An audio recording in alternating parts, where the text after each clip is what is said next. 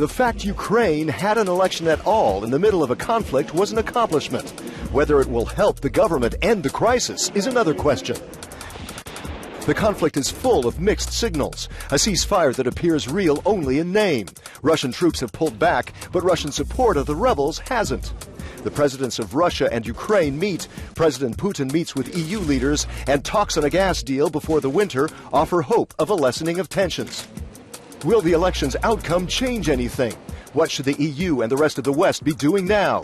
Ease sanctions against Russia or wait and see? Hello, I'm Chris Burns, and welcome to The Network, hard talk with a matrix of newsmakers. Wired into this edition from Kiev, Dmytro Kuleba, Ukrainian ambassador at large. From Brussels, Hans van Balen, Dutch Liberal member of the European Parliament, who's part of the Parliament's observation delegation to Ukraine. He observed the elections that occurred in Ukraine. And from Brussels, Daniel Gross, director of the Center for European Policy Studies, or CEPS. A question to all three of you, starting with the ambassador, Dmytro.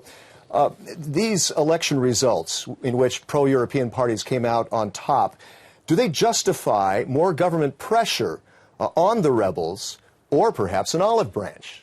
Yeah, I think the outcome of elections is a clear signal to everyone in Ukraine and outside Ukraine that our country wants to be European and democratic and to live in peace. But does that mean you want to, you will get tougher with the rebels, or will you seek some sort of negotiated solution? Are you going to get softer with them? No, our policy with regard to rebels will be consistent. I do not expect any dramatic changes to take place with that regard. Okay, let's go to Hans. What do you think? Will this justify more pressure on the rebels? Well, it means that President Poroshenko has a strong support, as has Yatsenuk, the prime minister, and they want to negotiate. So the Ukrainians accepted that and supported that. And an olive branch means, well, elections also in the eastern part of Ukraine could be held, but then under international supervision. Daniel, an olive branch or no? Olive branch might be forthcoming, but I doubt it will have much effect, because the rebels in the east know very well what they want. Their own independent state-led, and that's not something any Ukrainian government could concede. Okay, now we're looking for a peaceful solution. Ambassador, how much autonomy do you think, how much more autonomy should eastern Ukraine, those areas, get to end this crisis? Well, you are right. This crisis is devastating Ukraine. We are ready to compromises, but there are three issues which are not subject to negotiations. And this is territorial integrity, sovereignty, and the European choice of Ukraine. On all other issues, we can speak with rebels, we can speak with Russia, we can speak with everyone who can help us to put an end to this crisis in the east of Ukraine. Okay, Daniel, I think this sounds to me like they're not going to move on these very key issues that the separatists want movement on. What do you think? Exactly. I think there's very little to negotiate since these people won what they have by the force of arms. They are not likely to cede anything via the election box, and therefore some negotiation might be going on the surface, but reality is that the arms will speak and have spoken already, and that's really what determines the outcome. So Hans, do you think this is going to be settled on the battlefield after all? Not necessary, because there are, I think, tough sanctions on Putin. He has the key in his hands. He is the man who is the aggressor. He could stop aggression, and he could say, let the Ukrainians deal with it themselves. So pressure on Putin is the only way out. Okay, now let's shift a bit in another direction. What about pressure on the government now after these elections? The government now has to follow through on these commitments through the association agreement with the EU to reform the economy, to fight corruption, to improve conditions there, governance. Ambassador, how much are you concerned that the EU might pull back on some of its commitments if you don't follow through? Absolutely not. We are confident in our European friends and partners. But I think the most important thing is that the biggest pressure will be put on the government from the Ukrainian people It is the people of Ukraine who will push the government to introduce reforms. Okay. Pro-European reforms. Okay, Daniel, do you think this Maidan is just another orange revolution that's going to fail? How much confidence do you have that this new government is going to follow through? No, there is real pressure from below. That is quite clear that the Ukrainian people want reforms, that they want a European orientation of their policies.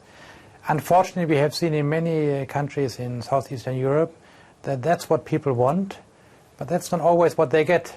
Sometimes corruption continues, bad administrative practices continue, and that's really the challenge for the government to get its act together. Hans, you were on the ground there. You've been there a number of times, I understand. What is your sense there? Do you really think this government's going to be able to follow through on what they need to do, on their commitments?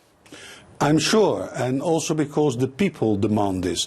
Ukraine should follow the Polish examples. Real reform, fight against corruption, a better government, and this can be done. The Poles have showed the way, so follow that example, and then Ukraine will prosper. If that is not done, I see only a very negative future. Well, yes, because there's a lot of fatigue among Europeans when it comes to help. Ambassador, what do you think that the EU should be doing now to support your government from an economic and from a military standpoint? Well, I think the first important thing is that the European Union and Ukraine should stand shoulder to shoulder as one side in the conflict with regard to Russia. So no easing sanctions at this point, no easing political pressure on the Russian Federation is possible. On the other hand, what we expect from the European Union is helping us in introducing reforms which are essential for Ukraine's survival and development. Okay, but what does that mean, sir? What does that mean, Ambassador, as far as what the EU should be doing? Should they be giving you more money, cutting you more slack, helping you with the gas, for instance? It means financial support, technical support, and also actually know-how, sharing know-how, best practices, experiences. We are open for this kind of cooperation. Okay, Hans, you've just gone through an election in spring. How much do you think that the Europeans can stomach more support for Ukraine when things are tough back at home? Well, they can, because if we let down Ukraine, Putin, the man of aggression and not of international law, will win. And this is bad news also for other countries in Europe. So I think that the population will back also the political leadership to support Ukraine on the basis of true and real reform in Ukraine itself. Okay, last question very, very quickly. Daniel, do you think that the sanctions should remain as they are against Russia, or should they be perhaps loosened now that there was an election, the government has a mandate now? No, they should certainly not be loosened because there was a fair election in Ukraine. They might be loosened if Russia makes concessions on the rebel-held areas. Okay. To you, Dimitro, do you think that the sanctions should remain as they are, or toughened or loosened because of the election results? You have a mandate now. Well, sanctions depend on the behavior of Russia. If we see a clear commitment of Russia to de-escalate,